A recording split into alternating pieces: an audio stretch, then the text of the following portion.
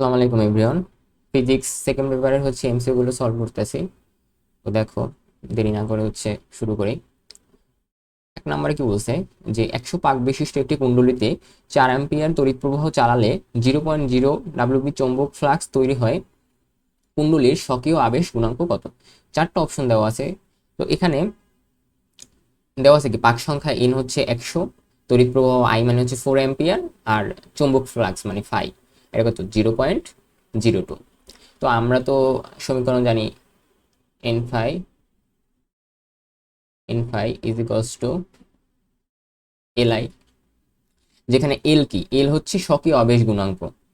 তো আমরা যদি একটু সিম্পলিফাই করি, L is equals to N phi divided by কি আই। তো মানগুলো আমরা যদি ইনপুট দিই, এন এর মান 100, ফাই এর মান 0.02 ডিভাইড বাই কত 4। সিম্পলিফাই করলে আমাদের মান আসে 0.5 হার্টস। এটার অ্যান্সার কত? 0.5 হার্টস।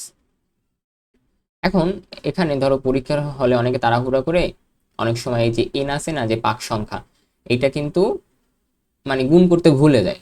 তো শুধু তুমি যদি phi equals to L I দিয়ে করো তাইলে কিন্তু হবে না, বুঝছো? অনেকে ভুল করে যায়, তো এটা একটু সতর্ক থাকো। প্রশ্ন একের সলভ হচ্ছে ক। এবার আসে আমাদের 2 নম্বরে। 2 নম্বরে আমাদের প্রশ্নটা কি বলছে, যেটা নর্থ পোল দেওয়া আছে, এটা সাউথ পোল দেওয়া আছে।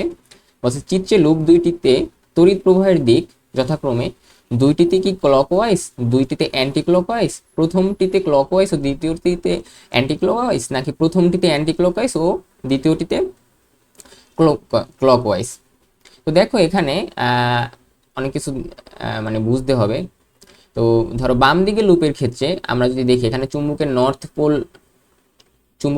পোল কিন্তু মানে সাউথ সাউথ পোলের দিকে যাচ্ছে, ঠিক আছে? তাহলে লেন্সের সূত্র অনুযায়ী লুপটি চাইবে কিন্তু চুম্বকটিতে কাছে টানতে। তো কাছে টানতে হলে লুপের যে অংশটি চুম্বকের দিকে আছে সেখানে সাউথ পোল তৈরি করতে হবে। এর মানে লুপের যে অংশটি আমাদের মানে দর্শকের দিকে মুভ করে আছে সেখানে কিন্তু নর্থ পোল তৈরি হবে। আর নর্থ পোল মানে হচ্ছে কি অ্যান্টি ক্লকওয়াইজ বা ঘড়ির কাঁটার বিপরীত দিকে। তাইলে নর্থ পোল,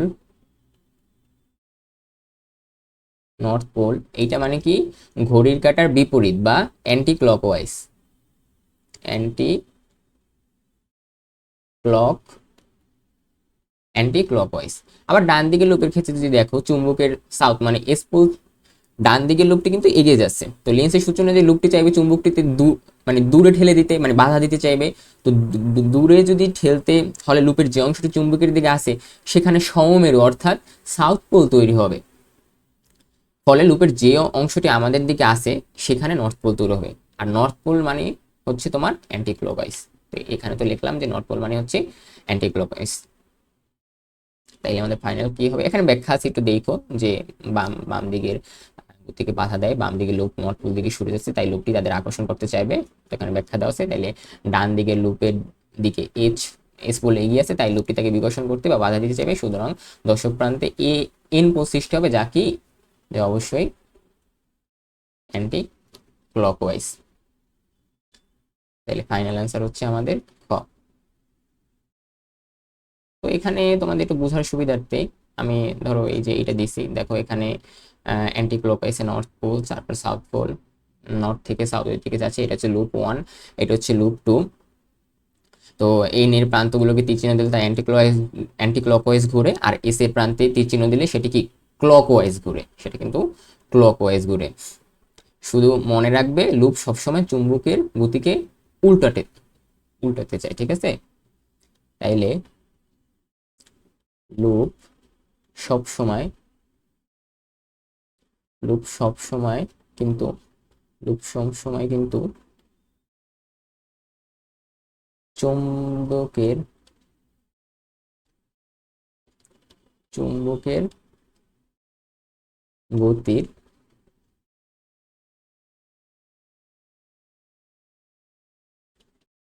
উল্টোটা চাই।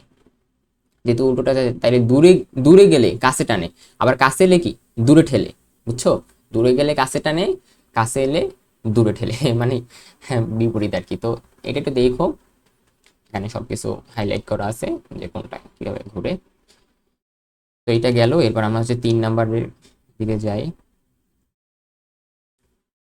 প্রিভিয়াসে দেখো আমাদের 2 নাম্বার গেল, এরপর হচ্ছে আমাদের 3 নাম্বার। 3 নাম্বার আমাদের বলছে যে উত্তল লেন্সের ক্ষেত্রে 2f ইউ ইনফিনিটি, এটা কিন্তু ইনফিনিটি, তখন নিচের কোনটি সঠিক? V is equal to F, V is equal to F. তারপর ইনফিনিটি মানে ভি এর মানটা হচ্ছে ইনফিনিটি থেকে ছোট, 2f এর থেকে বড়, তারপর ভি এর মানটা হচ্ছে এফ এর থেকে বড়, 2f এর থেকে ছোট। তো এটা আমরা যাই নেক্সটে। দেখো 3 নম্বরে ব্যাখ্যা দেওয়া আছে। তো মেইন বিষয় হচ্ছে ধরো উত্তল লেন্সের ক্ষেত্রে বস্তুর অবস্থানের উপর ভিত্তি করে প্রতিবিম্বের অবস্থান কিন্তু নির্দিষ্ট থাকে। প্রশ্নে কিন্তু বলা হয়েছে বস্তুর অবস্থান 2f ইউ থেকে, দেখো বস্তুর অবস্থান আমরা যদি প্রিভিয়াসে যাই, প্রশ্নে বলা ছিল কি যে বস্তুর অবস্থান 2f থেকে বড় আর ইনফিনিটি থেকে ছোট, অর্থাৎ বস্তুটি 2f এর চেয়ে দূরে এবং অসীমের মাঝে অবস্থিত। তো নিয়ম অনুযায়ী বস্তু যদি 2f এবং অসীমের মাঝে থাকে তবে তার বাস্তব ও উল্টো প্রতিবিম্ব লেন্সের অপর পাশে, মানে প্রধান ফোকাস f এবং বক্রতার কিন্তু 2f এর ঠিক মাঝখানে গঠিত হয়, ঠিক মাঝখানে গঠিত হয়। তাইলে আমাদের প্রতিবিম্বের তখন দূরত্বটা কি হবে? দেখো তাইলে আমাদের কিন্তু অ্যান্সার হবে ঘ, f এর থেকে বড় আর 2f এর থেকে ছোট। তো এই যে 3 নাম্বার কোশ্চেনটা, এটা তুমি চাইলে অল্টারনেটিভ আর একটা ওয়েতেও করতে পারো, এটা অনেকটা এমসিকিউ এবং অনেক কাজে লাগে। দেখো 3 নাম্বারটা আমি এখানে ডিটেলসে বোঝানোর জন্য বুঝাইছি। এটা হচ্ছে 6 এর নিয়ম, শর্টকাট। শর্টকাট সেটা হচ্ছে, একটু দাঁড়াও, গ্রাফিক্স ট্যাবের একটা সমস্যা করতেছে। সেটা হচ্ছে কি 6 এর 6 এর নিয়ম, বুঝছো? তো এখন দেখো এখানে 1 মানে হচ্ছে অসীম ইনফিনিটি, তারপর হচ্ছে 2 হচ্ছে অসীম ও 2f এর মাঝে, 3 হচ্ছে 2f এ, আর 4 হচ্ছে 2f ও f এর মাঝে, এবং 5 হচ্ছে ফোকাসে। তাহলে শর্টকাট সূত্রটা কি যে বস্তুর অবস্থান প্লাস প্রতিবিম্বের অবস্থান ইকুয়াল টু 6। সূত্র হচ্ছে বস্তুর অবস্থান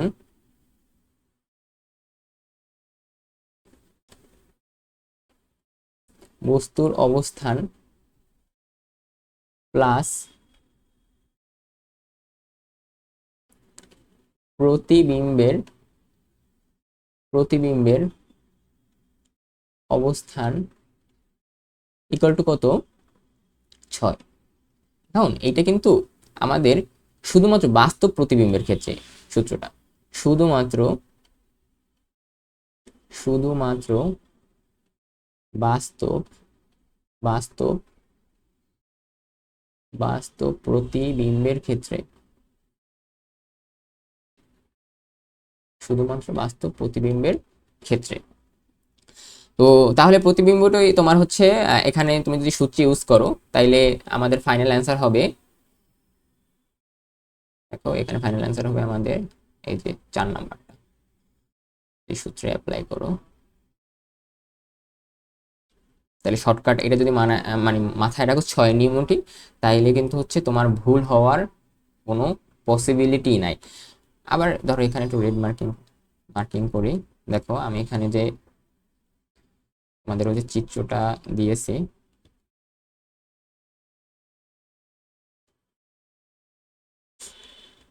তো এখানে দেখো 1 2 তারপর হচ্ছে 3 4 5, তুমি এখানে হচ্ছে বসাও ফার্স্টে। যদি বসাও তাহলে তুমি হচ্ছে মানে ছবিতে একদম স্পষ্ট করে তোমার এখানে দেখবে যে মাঝখানে লেন্স, ঠিক আছে? এখানে কিন্তু মাঝখানে লেন্স, বাম পাশের সবুজ বৃত্তগুলো হলো বস্তুর অবস্থান। বস্তুর অবস্থান কত? 1 থেকে 5। এবং ডানের যে কমলা বৃত্তগুলো, এগুলো কিন্তু বাস্তব প্রতিবিম্বের অবস্থান। এগুলো কি? এগুলো হচ্ছে বাস্তব বাস্তব প্রতিবিম্বের অবস্থান।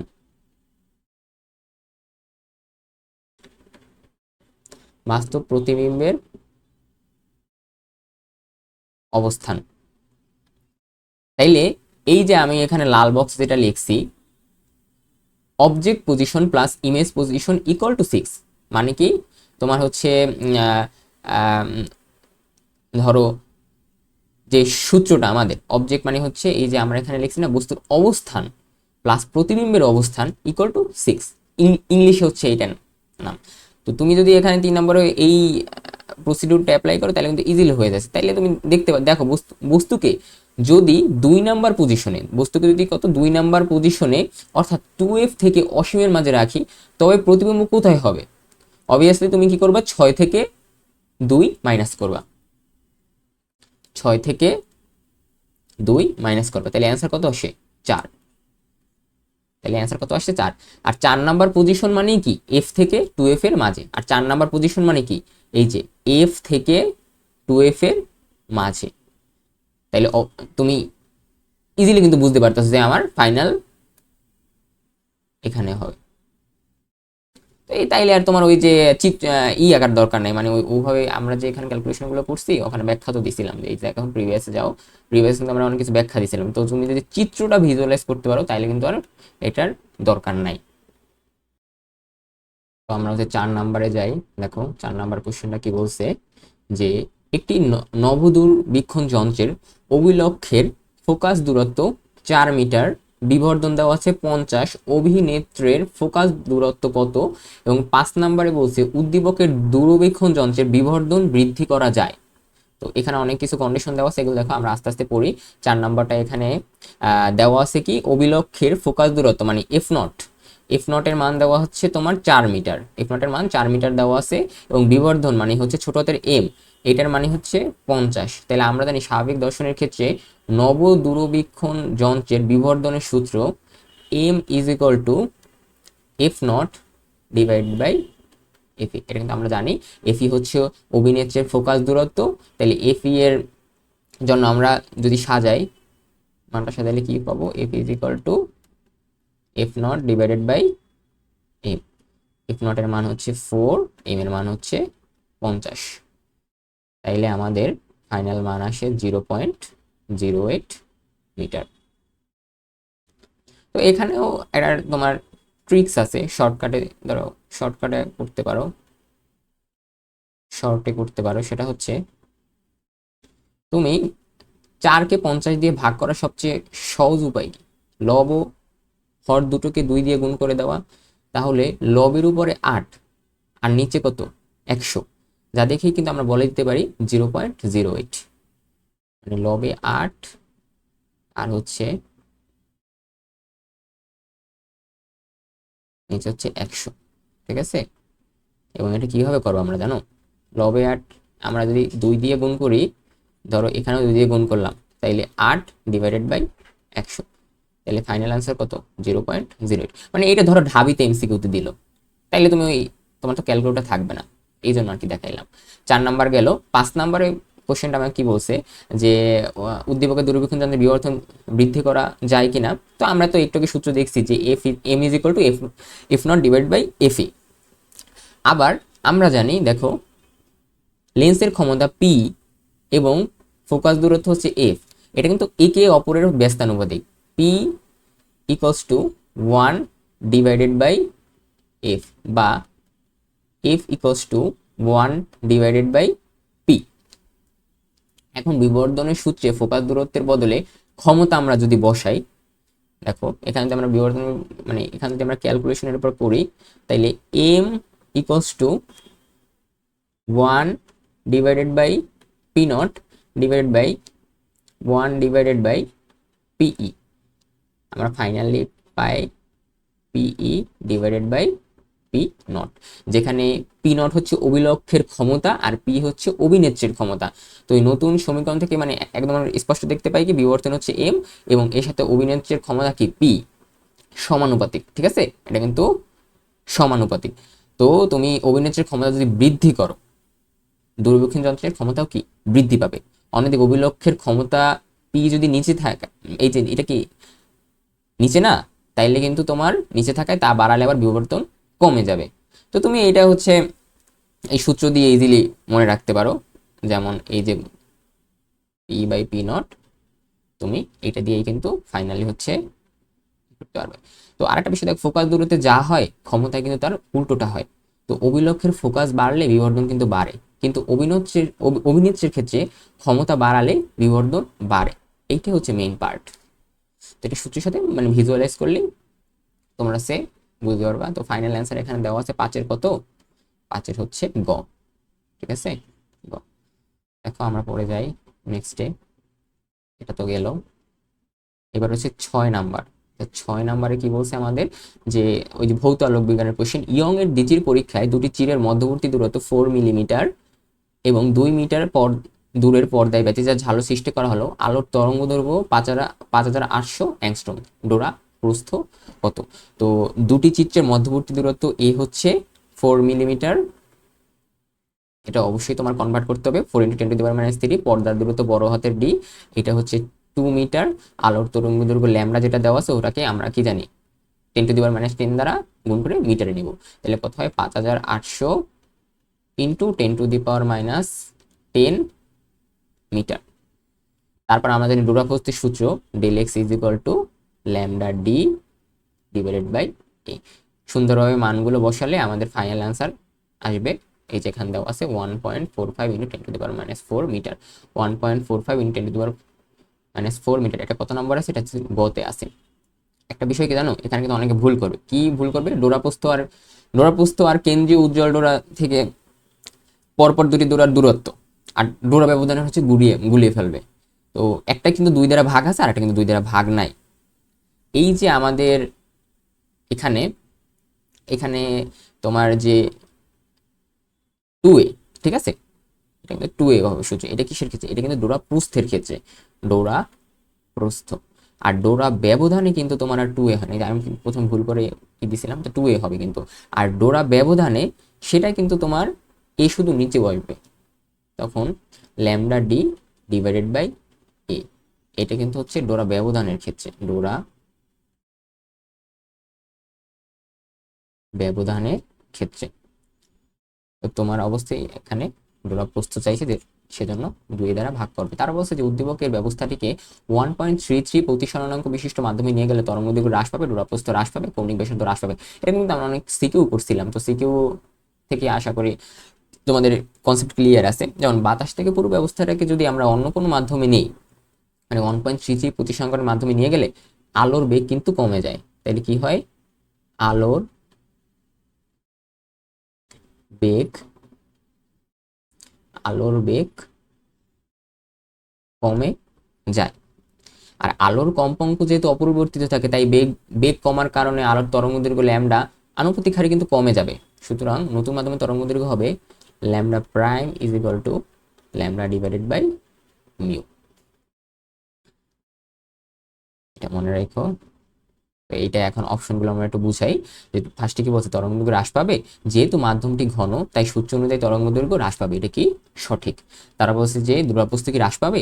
ডোরাপ্রস্থের সূত্র অনুযায়ী আমরা কি জানি, del X equal to lambda divide by twice A. তাহলে ডোরাপ্রস্থ তরঙ্গদৈর্ঘ্য ল্যামডা এর কি সমানুপাতিক, যেহেতু ল্যামডা কমছে তাই ডোরাপ্রস্থ কি পাবে? হ্রাস পাবে। তারপর কৌণিক ব্যবধান কি হ্রাস পাবে কিনা দেখতে বলছে। তো কৌণিক ব্যবধানে আমরা সূত্র কি জানি, theta is equal to lambda divided by A. Lambda divide by lambda যদি আমরা কমন নিই তাইলে হচ্ছে তোমার ব্যবধানও কি হবে? হ্রাস পাবে। তাইলে এটা হচ্ছে সঠিক। তাইলে ফাইনাল অ্যান্সার আমাদের ঘ। তো এখানে একটা গোল্ডেন রুল বা ধরো আরেকটা বিষয় আছে, সেটা হচ্ছে যে কোনো ব্যতিচার বা অববর্তনের সেটআপকে বাতাস থেকে পানিতে বা অন্য কোনো ঘন মাধ্যমে নিলে তরঙ্গ দৈর্ঘ্য সব সময় কমে যায়। ধরো ঘন মাধ্যমে আমরা যদি নেই, ঘন মাধ্যমে, তাইলে ল্যামডা অলওয়েজ হ্রাস পাবে, না ক্যালকুলেশন করে বলে দেওয়া যায়।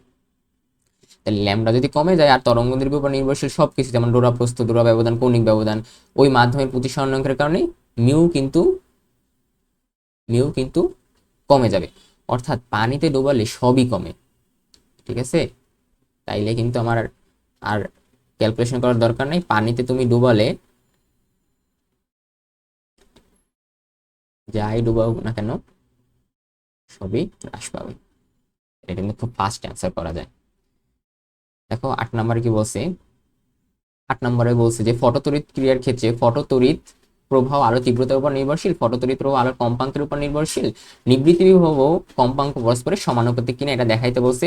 তো আমরা অপশন চেক করব প্রতি ধাপে। দেখো, ফটো তড়িৎ প্রবাহ আলোর তীব্রতার উপর কিন্তু নির্ভরশীল, এটা আমরা জানি সবাই, এটা সঠিক।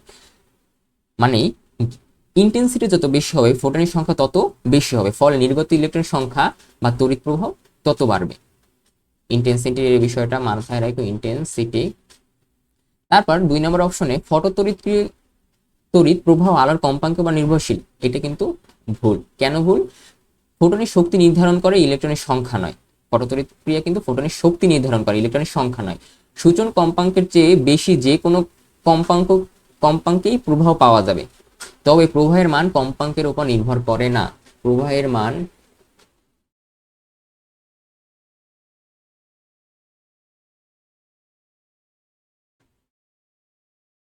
কম্পাঙ্ক এর উপর নির্ভর করে না। তারপর 3 নম্বরে বলছে যে নিবৃত্তি বিভব ও কম্পাঙ্ক পরস্পরের সমানুপাতিক, এটি সঠিক। যেমন কম্পাঙ্ক যদি আমরা বাড়াই তাইলে নির্গত ইলেকট্রনের গতিশক্তি বাড়ে, তাই তাদের থামাতে নিবৃত্তি বিভব মানে স্টপিং পটেনশিয়াল বেশি লাগে। এখন এটা গাণিতিকভাবে ধরো সরলরৈখিক সম্পর্ক, মানে সরাসরি সমানুপাতিক নয়, তবে ধরো আমাদের যত গাইড যেগুলো আছে ওগুলো অ্যানালাইসিস করলে মানে প্রচলিত হিসাবে এই মানে এটাকে সঠিকই ধরা হয়। কম্পাঙ্ক বাড়ালে কিন্তু নির্গত ইলেকট্রনের গতিশক্তি বাড়ে, ঠিক আছে। কম্পাঙ্ক বাড়ালে গতিশক্তি বাড়ে, তাহলে কি এটাও আমাদের সঠিক, এটা সঠিক, এটাও সঠিক। অ্যান্সার হচ্ছে 1 আর 3, মানে হচ্ছে খ। 9 নম্বরে দেখো একটা বিষয় বলে দিই, ধরো একটা বাস্তব উদাহরণ দিই যে তীব্রতা মানে কি ইন্টেন্সিটি, আর ইন্টেন্সিটি মানে হলো ধরো বন্দুকের গুলির সংখ্যা মানে হচ্ছে ধরো ইন্টেন্সিটি। আর কম্পাঙ্ক ফ্রিকোয়েন্সি মানে হচ্ছে গুলির স্পিড। ফ্রিকোয়েন্সি এটাকে আমরা কি বলতে পারি? এটা কিন্তু গুলির স্পিড। তাইলে একটা বিষয় দেখো, বেগ মানে বেশি গুলি যদি আমরা ছুরি মানে বেশি টার্গেটে লাগবে, তাহলে বেশি গুলি ছুড়লে বেশি টার্গেটে লাগবে, তাহলে কি হবে? প্রবাহ কিন্তু বাড়বে। আর গুলির স্পিড বেশি থাকলে তাতে আটকাতে বেশি শক্তি লাগবে, তাহলে তখন কি নিবৃত্তি বিভব বাড়বে। এভাবে কিন্তু তোমরা মনে রাখতে পারবো, নিবৃত্তি বিভব কি বাড়বে। আর গুলির স্পিড বেশি হলে মানে বেশি থাকলে তাতে আটকাতেও বেশি শক্তি লাগবে, অর্থাৎ নিবৃত্তি বিভব বাড়বে। এই উদাহরণটা মনে রাখলে আশা করি তোমাদের থাকবে। তো এখানে দেখো অনেক কিছু আছে, ব্যাখ্যাগুলো একটু করো। 9 নম্বরে কি বলছে? 9 নম্বরে এটা সবাই এটা কমন একদম, যে P = E/, সরাসরি একটা সূত্র, এখানে বোঝানোর কিছু নাই। E = PC বা P = E/C। তারপর অনেকে এখানে ভুল করে যে আমরা কি জানি mc² এবং P কি mv।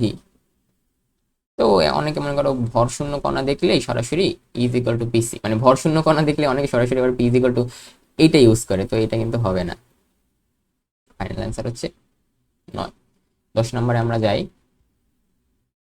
10 নম্বরে দেখো এখানে ওই যে 75% ক্ষয় হয়ে গেছে, অর্থাৎ অবশিষ্ট কত আছে? তাহলে 75% ক্ষয় হয়ে গেলে অবশিষ্ট থেকে 25%। তারপর সূত্র অনুযায়ী আমরা কি জানি n/n0 = 1/2 এর পাওয়ার কি n কি অর্ধায়ু সংখ্যা। তারপর এখানে 1/4 কি 1/2 এর পাওয়ার n। সুতরাং n = 2, তাহলে t = কি n × t½ মানে হচ্ছে অর্ধায়ু, তাহলে 2 × 10 মানে কত? 20 দিন। শর্টকাটে মনে রাখা যায় প্রথমে 50% ক্ষয় হতে লাগে একটি অর্ধায়ু মানে 10 দিন, বাকি 50% যা আছে তার অর্ধেক অর্থাৎ 25% ক্ষয় হতে লাগবে আরো একটি অর্ধায়ু মানে 10 দিন। মানে মোট ক্ষয় হলে তুমি শর্টকাটে মনে রাখবে যে পার্সেন্টেজ = আর সময় লাগলো কি ধরো প্লাস এতদিন। এটা মনে রাখবে যেহেতু এখানে তোমার প্রশ্নে 75% ক্ষয় কথাটি বলে দিছে, এখানে অনেকে ভুল করে, তারা ধরো প্রশ্নে এই যে 75% যেটা আছে এটাই বসাই দেয়, তো এটা তো ক্ষয় হয়েছে, তোমার অবশিষ্ট হচ্ছে 100 থেকে মাইনাস করতে হবে। এটার অ্যান্সার হচ্ছে গ। 11 নাম্বারটা দেখো, 11 নাম্বারে বলছি সঠিক উত্তর এটা কি হবে, এটা কিন্তু প্রোটন হবে। এখানে ব্যাখ্যা আছে, ব্যাখ্যাগুলো বইলো মানে আলফা কণা ভর সংখ্যার হিসাব থেকে আমরা করতে পারি, যেমন 27+4, এখানে অনেক ক্যালকুলেশন করা যায়, যেমন 27+4 মানে ভর 31, ডান দিকে আছে 31, তাহলে বাকি কত, 31 মাইনাস 30, 11। তার পারমাণবিক সংখ্যার হিসাব নিচে করতে পারি, 13+2 15, 14, বাকি থাকে 15 মানে 14। তাহলে অজানা সংখ্যাটির ভর 1 এবং পারমাণবিক সংখ্যা চার্জ আছে 1, তাহলে আমরা কি জানি আমরা জানি H11 বা P11। তো তুমি left side equal to right side মানে গেম হিসেবে এটা যদি লেফট সাইড আর রাইট সাইডের খেলা, ঠিক আছে। তো ফাইনাল অ্যান্সার এটার কি হবে, প্রোটন, প্রোটন হবে। গেল 12 নম্বরে আমাদের কি হয়, 12 নম্বরে সূর্যের ভর দেওয়া আছে, এটি নক্ষত্রের ভর সূর্যের ভরের 1.6 গুণ, এটি কৃষ্ণ বিবরে পরিণত হলে এর ঘটনা দিগন্তের ব্যাসার্ধ কি হবে। তো আমরা ঘটনা দিগন্তের ব্যাসার্ধের সূত্র জানি, ঘটনা দিগন্তের ব্যাসার্ধের সূত্র হচ্ছে RS equal to 2GM divided by কি সি স্কোয়ার। এর মান দেওয়া আছে, জি এর মান দেওয়া আছে, সি এর মান দেওয়া আছে, তুমি বসাইলে ফাইনাল অ্যান্সার হবে 4.719 কিলোমিটার। অথবা এমসিকিউতে বা ক্যালকুলেটর করতে গেলে অনেক সময় নষ্ট হয়, এখানে শর্টকাট আছে। আমরা সূর্যের জন্য ঘটনা বা দিগন্তের মানে দিগন্তের ব্যাসার্ধ প্রায়, শর্টকাট সূর্যের জন্য, আমাদের সূর্যের জন্য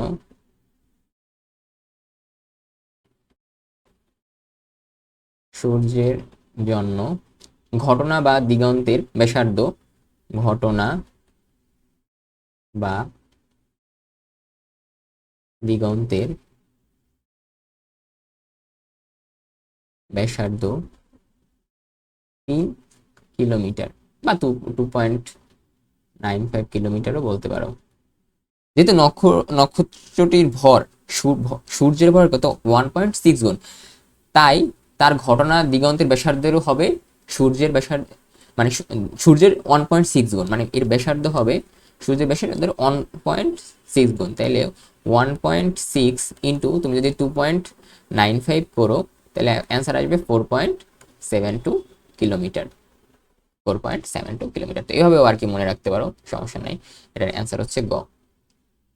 একটু ডিটেলসে বলতেছি, সমস্যা নাই, দেখো।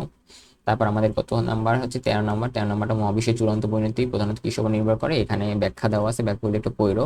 যে আধুনিক সৃষ্টিতত্ত্ব বা কসমোলজি অনুযায়ী আমাদের এই মহাবিশ্বের চূড়ান্ত পরিণতি মানে আলটিমেটলি ফেস মূলত 3টি বিষয়ের উপর নির্ভর করে। 1 নম্বর হচ্ছে মহাবিশ্বের জ্যামিতিক আকৃতি, মহাবিশ্বের ঘনত্ব যদি ক্রান্তি ঘনত্বের সমান, বেশি বা কম হয় তবে তার জ্যামিতিক আকৃতি হচ্ছে ফ্ল্যাট, ক্লোজড অর কি ওপেন নির্ধারিত হয়, যা এর প্রসারণ বা সংকোচন ঠিক করে। অদৃশ্য বস্তু মানে হচ্ছে ডার্ক ম্যাটার, ডার্ক ম্যাটার এটাকে কি বলি আমরা, অদৃশ্য বস্তু। এটি মহাকর্ষ বলের মাধ্যমে মহাবিশ্বের বস্তুগুলোকে একে অপরের দিকে টানে বা গুটিয়ে আনতে চায়। আর অদৃশ্য শক্তি মানে ডার্ক এনার্জি, অদৃশ্য শক্তি কিন্তু ডার্ক এনার্জি, ডার্ক এনার্জি মহাকর্ষে ঠিক কি করে, উল্টো কাজ করে। এটি মহাবিশ্বের মানে মহাবিশ্বকে প্রবল বেগে বাইরে দিকে ঠেলে বা প্রসারিত করতে চায়। যেহেতু মহাবিশ্বের ভবিষ্যৎ এই সংকোচন ও প্রসারণের লড়াইয়ের উপর নির্ভরশীল, তাই এই 3টি ফ্যাক্টরি ভূমিকা রাখে। তাহলে ফাইনাল আনসার কি হবে, ঘ হবে। একটু মানে ব্যাখ্যাগুলো আর কি তোমাদের বললাম যাতে সুবিধা হয়। তো ধরো ডার্ক ম্যাটার বনাম ডার্ক এনার্জি, এগুলো একটু তোমরা একটু বুঝলে তাহলে সহজ হবে। ডার্ক ম্যাটার মানে হচ্ছে সব গুছিয়ে আনতে চায়, তাইলে ডার্ক ম্যাটার মানে হচ্ছে সব গুছিয়ে আনতে চায়, ডার্ক ম্যাটার। তাইলে যেহেতু গুছিয়ে যদি আনতে চাই, তাইলে এটা অবশ্যই কি হবে, এটা কিন্তু তোমার সংকোচন হবে, এগুলো একটু খেয়াল রাখো। আর ডার্ক এনার্জি মানে সব ছড়িয়ে দিতে চায়, ডার্ক এনার্জি কিন্তু সব ছড়িয়ে দিতে চায়, আর ছড়িয়ে দিতে চায় মানে হচ্ছে প্রসারণ, প্রসারণ। তো এই দুই লড়াই মহাবিশ্বের শেপ, ধ্বংস হবে নাকি প্রসারিত হবে, এগুলো একটু দেখে এখানে ব্যাখ্যা দেওয়া আছে। তারপর এটা সেমিকন্ডাক্টরের প্রশ্ন, যে প্রশ্ন কিন্তু স্পষ্টভাবে তোমার বলে দিয়েছে যে বিশুদ্ধ ইন্ট্রিনসিক অর্ধপরিবাহীর কথা বলা হয়েছে। একটি বিশুদ্ধ অর্ধপরিবাহীতে যেমন সিলিকন বা জার্মেনিয়ামে যখন তাপমাত্রার কারণে কোনো সমযোজী বন্ধন ভাঙে, তখন কিন্তু ঠিক একটি মুক্ত ইলেকট্রন এনি তৈরি হয়, এবং সেই জায়গাটি থেকে ফাঁকা স্থান বা হোল কি তৈরি হয়, এনপি তৈরি হয়। যেহেতু প্রতিটি ইলেকট্রন মুক্ত হওয়ার সাথে সাথে একটি হোল জন্ম হয়, তবে কি হয়, বিশুদ্ধ অবস্থায় হোল সংখ্যা এবং পরিবহন ইলেকট্রন সংখ্যা সবসময় সমান থাকে। তো এখানে একটা এক্সট্রা ইনফরমেশন দিয়ে রাখি, প্রশ্নে যদি বিশুদ্ধ না বলে পি টাইপ বলতো, যদি পি টাইপ বলতো, যদি পি টাইপ বলতো কোশ্চেনে, তবে কিন্তু হোল মানে এনপি এটা কিন্তু এন এর থেকে বেশি হইতো। আর যদি এন টাইপ বলতো তবে কিন্তু এনপি এন এর থেকে ছোট হইতো। তো প্রশ্নে যেহেতু বিশুদ্ধ বলা হয়েছে, তাইলে কিন্তু তোমার ফাইনাল আনসার কোনটা হবে, এনপি ইকুয়ালস টু এনই। গেল 14। 15 নম্বর বলছে যে ট্রানজিস্টর আলফা ও বিটার মধ্যে সম্পর্কে সবাই জানো, alpha is equal to IC by I, beta is equal to IC by IB, তাহলে I is equal to IB plus IV. এখানে তুমি করতে পারো, ফাইনাল অ্যান্সার আছে alpha is equal to beta divide by 1 plus beta, বা এভাবে করতে পারো। দেখো 1 by alpha is equal to 1 divide by beta plus 1। আমি এটা মনে রাখতাম, যখন যেটা চাইতো তখন সেটা বের করতাম। শর্টকাট অনেক টেকনিক আছে, যে আলফার মান ওই যে 1 এর থেকে ছোট হয় আর বিটার মান সবসময় 1 এর থেকে বড় হয়, তাহলে কোনটা কি ভাগ করতে হবে এভাবে মনে রাখতে পারো, সমস্যা নাই, এটা সূত্র যেহেতু আর শর্টকাট লাগবে না। তো 16 নম্বরে বলছে কি যে কার্বন ডাইঅক্সাইডের ক্ষেত্রে সিপি এর মান এস এর কত, এটা দেখো কার্বন ডাইঅক্সাইড কি সরলরেখী অণু হয়, সাধারণত আমাদের সাধারণত তাপমাত্রা ইফ ইজ ইকুয়াল টু 5। আমরা কি জানি সরলরৈখিক দ্বিপারমাণবিক অণুর স্বাধীনতার মাত্রা ইফ ইজ ইকুয়াল টু 5 হয়, যদি দ্বিপারমাণবিক মানে ঠিক দ্বিপারমাণবিক গ্যাসের মতোই। আবার আমরা কি জানি স্থির চাপে CP is equal to A plus 2 divide by 2, আর যেহেতু এফ এর মান হচ্ছে 5, তাহলে সিপি ইকুয়ালস টু কি হবে, CP equals to 5 plus 2 by 2 into R, তাহলে ক্যালকুলেশন করলে তোমার হচ্ছে 7 বাই 2 আর, মানে 3.5 আর। তো আর এর মান বসাবা, এখানে তোমার বেশিরভাগ স্টুডেন্ট কি করবে, ভাববে এটা বহু পারমাণবিক, তাহলে বহু পারমাণবিক ভাগলে যদি ভাবে, তাহলে বহু পারমাণবিক স্বাধীনতা মাত্রা এফ ইকুয়াল টু 6 ধরবে, মানে বহু পারমাণবিক অনেকে ভাববে তখন এফ এর মান কিন্তু 6 বসাবে, তাইলে 6 বসালে কিন্তু ভুল হবে, 6 বসালে কিন্তু অ্যান্সার ভুল হবে। তো এই বেসিকগুলো একটু জানা দরকার। আশা করি সবাই। 16 নম্বরে গেল। 17 নম্বর বলে সমষ্ণ প্রক্রিয়াকৃত কাজ, গ্রাফ দেওয়া আছে সমষ্ণ প্রক্রিয়াকৃত কাজ দ্বারা আমরা কি জানি, W is equal to NRT ln, W is equal to NRT ln V two by V one. তো PB is equal to NRT, এবং ক্যালকুলেশন করে আমরা ডাব্লিউর মান এখানে পাই 0.2082 জুল। এই ইউনিট কনভারসেশন গুলো একটু দেখো, যে তোমার একক পরিবর্তন গুলো দেখতে হবে, অনেকের একক পরিবর্তনে ভুল হয়, যেমন গ্রাফের অঙ্কে সব থেকে বড় ভুল হয় এককে, ভি দেওয়া আছে সেন্টিমিটার কিউব আর পি দেওয়া আছে অ্যাটমসফিয়ারে, ঠিক আছে, ভি কিন্তু এখানে কিসে দেওয়া, সেন্টিমিটার কিউব দেওয়া, আর পি কিসে দেওয়া আছে, অ্যাটমসফিয়ারে দেওয়া আছে। তো ধরো এদেরকে এসআই এককে মানে প্যাসকেল ও মিটার কিউবে না নিলে উত্তর কিন্তু জীবনেও মিলবে না, মিটার কিউব আর স্কেল না নিলে কিন্তু উত্তর মিলবে না। তো এটা দেখো, সবকিছু ব্যাখ্যা দেওয়া আছে। 18 নম্বর, আর আমার চার্জিত গোলকের স্থিতরিতের প্রাবল্য বনাম দূরত্ব এর লেখচিত্র কি, আমরা গাউসের সূত্র থেকে জানি অসীম বিস্তৃতির একটি সুষম মানে চার্জিত সমতল পরিবাহীর বা পাতের সন্নিকটে তড়িৎ প্রাবল্য E is equal to sigma divided by 2 epsilon naught, সব এখানে দিয়ে দিছি। এখানে দেখো এই সমীকরণটি মানে যদি লক্ষ্য করো তাহলে দেখবা ডান পাশে কোনো আর বা দূরত্ব নেই, এর মানে হলো পরিবাহী পাত থেকে যতই তুমি দূরে যাও না কেন তড়িৎ ক্ষেত্রের প্রাবল্য ই এর মান অপরিবর্তিত বা ধ্রুবক থাকবে, আর এর উপর কিন্তু নির্ভরশীল নয়, সেটা কিন্তু ধ্রুবক থাকবে, এটি দূরত্বের উপর নির্ভর করে না। যেহেতু ই ধ্রুবক, তাই আর পরিবর্তনের সাথে সাথে লেখচিত্রটি কি আনুভূমিক সরলরেখা এক্স অক্ষের সমান্তরাল হবে, তাই অ্যান্সার হবে ক।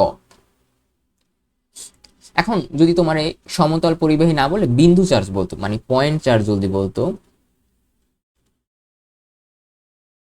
তাহলে পয়েন্ট চার্জ যদি বলতো তাহলে কিন্তু সূত্র হইতো E is proportional to 1 divided by R square, 1 divide by R square, তখন কিন্তু তোমার অ্যান্সার হইতো খ।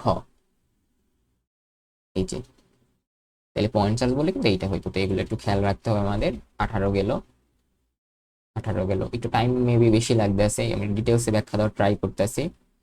তারপর নির্গত বলরেখার সংখ্যা, এখানে দেখো প্রশ্নটা পড়ো যে গাউসি সূত্র অনুযায়ী তো আমরা জানি যে কোনো বদ্ধ তলের মধ্য দিয়ে অতিক্রান্ত মোট তড়িৎ ফ্লাক্স কি ফাই ই, ওই তল দ্বারা বেষ্টিত মোট চার্জের 1 বাই এপসাইলন নট গুণ, অর্থাৎ phi equal to Q divide by epsilon naught, আর তড়িৎ ফ্লাক্স মানে কি? কোনো তলের ভিতর দিয়ে লম্বভাবে অতিক্রান্ত মোট তড়িৎ বলরেখার সংখ্যা। যেহেতু ফ্লাক্সের মান Q divided by epsilon naught, তাই নির্গত বলরেখার সংখ্যা হবে Q divided by epsilon naught. ব্যাখ্যা দেওয়া আছে, ব্যাখ্যা একটু পড়ো। আরটা বিষয় মনে রাখা দিই, ফ্লাক্স যা বলরেখার সংখ্যা তাই। গাউসের সূত্রটা মনে রাখলে উত্তর দেওয়া যাবে যে ফ্লাক্স যা ফ্লাক্স ফ্লাক্স যা বলরেখার ফ্লাক্স যা বলরেখার সংখ্যাও কিন্তু তাই হবে। ফাইনাল অ্যান্সার হবে ঘ। 19 গেল। 20 নম্বর বলছে ধারকের বাহির লব্ধি প্রাবল্যতা, এটাতে সবাই জানার কথা আশা করি।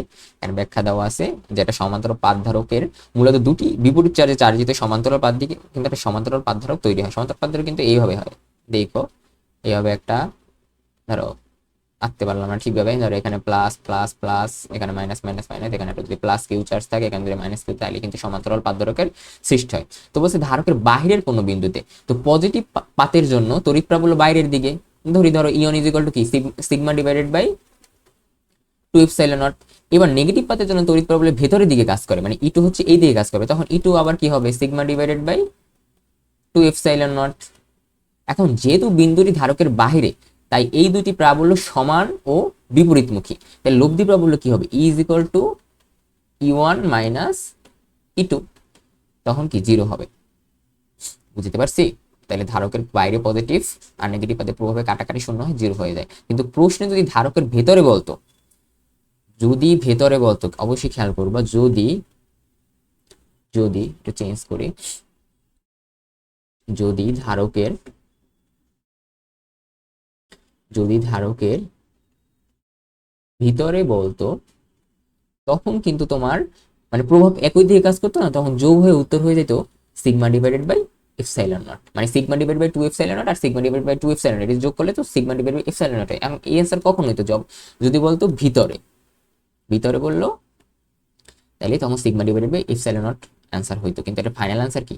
ফাইনাল অ্যান্সার কিন্তু গ হবে। খুবই একটা ট্রিকি কোশ্চেন।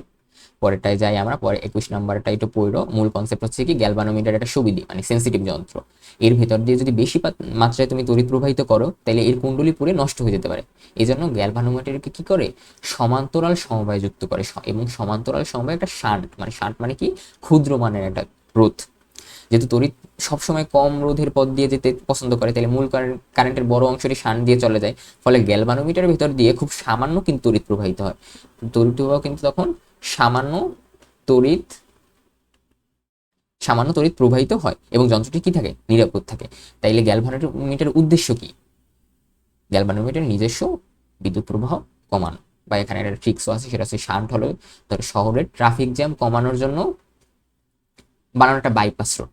আমরা ট্রাফিক জ্যাম কমানোর জন্য, ঢাকা শহরে কিন্তু অনেক ট্রাফিক জ্যাম, মানুষজন চলাচল করতে পারে না, তখন আমরা কি করি, বাইপাস ধরো মেট্রো রেল বা এলিভেটেড এক্সপ্রেসওয়ে এগুলো ইউজ করি না। তাহলে মূল শহরের গ্যালভানোমিটার উপর দিয়ে যাতে গাড়ির কারেন্ট চাপ না পড়ে, তাই পাশ দিয়ে একটা শর্টকাট রাস্তা বানিয়ে দেওয়া হয়। তখন সেটা কিন্তু শান্ট। তাহলে সেটা কি করা হয়, ধরো জ্যাম কমানোর জন্য আমরা শর্টকাট ইউজ করি না, এই যে রাস্তাটা যে বাইপাস করলাম জ্যাম কমানোর জন্য, তাহলে গ্যালভানোমিটারকে আমরা উদাহরণ দিলে সেটা কি করে, বিদ্যুৎ প্রবাহ কমানোর জন্য কাজ করে। তাহলে এটা গেল 21 নাম্বার। তারপর হচ্ছে 22 নম্বরে বর্তনী তুল্যরোধ বের করতে বসে। এরা সহজ খুবই। আরপি ইজ ইকুয়াল টু ক্ষেত্রে ধরো 12 ইন্টু 10 ডিভাইডেড বাই 12 প্লাস 10। কেন হইতেছে, এটা হচ্ছে দুইটা সমান্তরাল আছে, সমান্তরালের সূত্র আমরা দুইটা জানি, দুইটা গুণ করে 2 দ্বারা ভাগ করতে হবে। তারপর কি আরএস মানে হচ্ছে এইটা আর এইটা ফাইনালি যোগ করতে হবে। এখানে মান আসে কত, এখানে আমি 5.45 আসবে ওহম, তারপর 10 প্লাস আরপি প্লাস 10, এই যে 10 আর একটা সিরিজ আছে না, তো ফাইনালি এখানে অ্যান্সার আসে 25, এই যে এখানে দেওয়া আছে 25.45 ওহম। তো তুমি আবার শর্টকাটে মনে রাখতে পারো, দুটি রোধ সমান্তরালে মানে 1/R1 1/R2 করলে কিন্তু উল্টানোর দরকার নাই, ঠিক আছে? তুমি চাইলে কিন্তু এভাবে করতে পারো। 22 নাম্বার গেল। 23 নাম্বার বলছে আয়নের প্রবাহ মাত্রা নির্ণয় করো।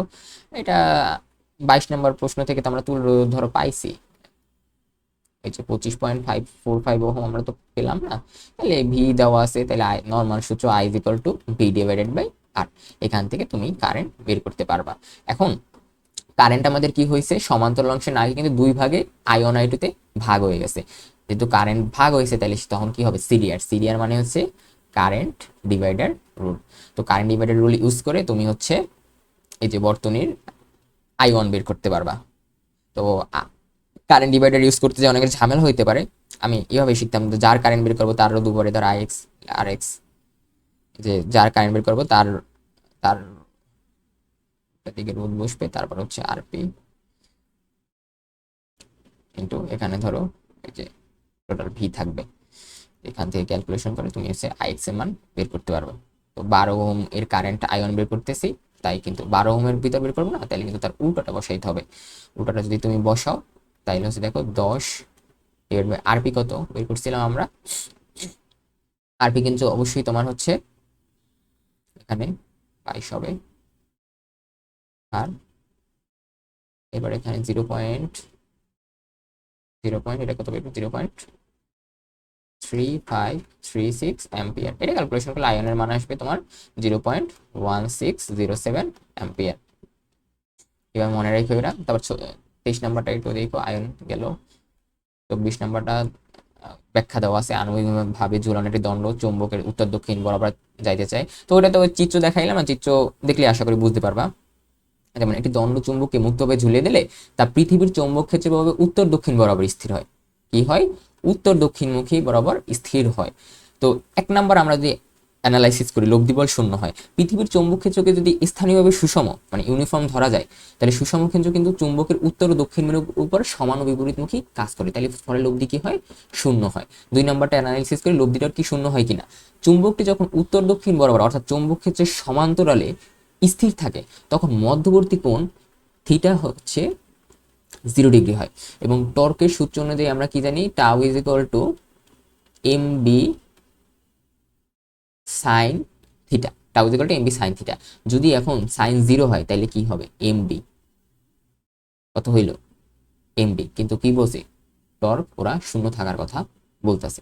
তো যেহেতু লব্ধি বল টর্ক উভয় শূন্য, তাইলে কি হবে, সাম্যাবস্থায় স্থির থাকবে। আর আরেকটা বিষয় বলি, যে কোনো স্থির মানে যে কোনো জিনিস স্থির থাকার জন্য ডানে বামে টানাটানি ধরো বল বা ঘোরাঘুরি টর্ক দুটোই 0 হইতে হয়। মানে যে কোনো একটা বস্তু তুমি যদি স্থির থাকতে চাও তাহলে কিন্তু দুটোই স্থির, মানে দুটো 0 হইতে হয়, সরি স্থির থাকতে হলে অবশ্যই 0 হইতে হবে। তাহলে দণ্ড চুম্বককে আমরা যদি উত্তর দক্ষিণ বরাবর যদি থাকে, এই দুটো জিনিস কি 0 হয়ে যাবে না? আমি কি বুঝাইতে পারছি? 0 হলে অবশ্যই সেটা তো স্থির হবে। তাইলে আমাদের ফাইনাল আনসার হবে 1 আর 2। বলগুলো কখনো সমান্তরাল হবে না, এটা খেয়াল রাখো। 24 নম্বর গেল। 25 নম্বরে আমাদের চৌম্বকের ম্যাথ। টেসলা লম্ব বিস্তাপিত একটি সোজা তার দিয়ে 5 অ্যাম্পিয়ার তড়িৎ প্রবাহিত, তারটির একক দৈর্ঘ্যের উপর কত বল অনুভব করবে। তো বি এর মান, এটা হচ্ছে চৌম্বক ক্ষেত্রে 10⁻³ টেসলা, তড়িৎ আই হচ্ছে 5 অ্যাম্পিয়ার। আর যেতে একক দৈর্ঘ্যের উপর চাওয়া হয়েছে তাহলে এল মানে হচ্ছে 1 অ্যাম্পিয়ার, আর লম্বভাবে বলছেন তাহলে থিটা কত হবে, 90 ডিগ্রি হবে। তারপর আমরা সবাই জানি যে F is equal to B I L sine theta. সব এখানে দিয়ে দিছি, একটু দেখো এর মানগুলো বসালে তুমি সাইন 90 ডিগ্রি মানে কত, 1। তো প্রশ্নে যেহেতু তোমার লম্বভাবে শব্দটা উল্লেখ আছে, তাই সাইন 90 ডিগ্রির মান হচ্ছে কত, 1। তার মানে সূত্র থেকে আমরা মানে সাইন থিটা তুমি বাদ দিতে পারো, তাহলে বি আই আর গুণ করলে ডিরেক্ট অ্যান্সার চলে আসে। বি আই এল করলেই তুমি ফাইনাল অ্যান্সার পেয়ে যাবে। তো আমাদের হচ্ছে লেকচারটা শেষ হলো, একটু হয়তো বা লেন্দি হয়েছে, আমি একটু ট্রাই করছি তোমাদের ডিটেলসে বোঝানোর জন্য। সিকিউটাও হচ্ছে খুব দ্রুত ট্রাই করবো। ভিডিওগুলো ভালো লাগলে লাইক দিও আর চ্যানেলটা সাবস্ক্রাইব করো, যেহেতু আমাদের নতুন চ্যানেল। তো সবাই ভালো থেকো, আসসালামু আলাইকুম।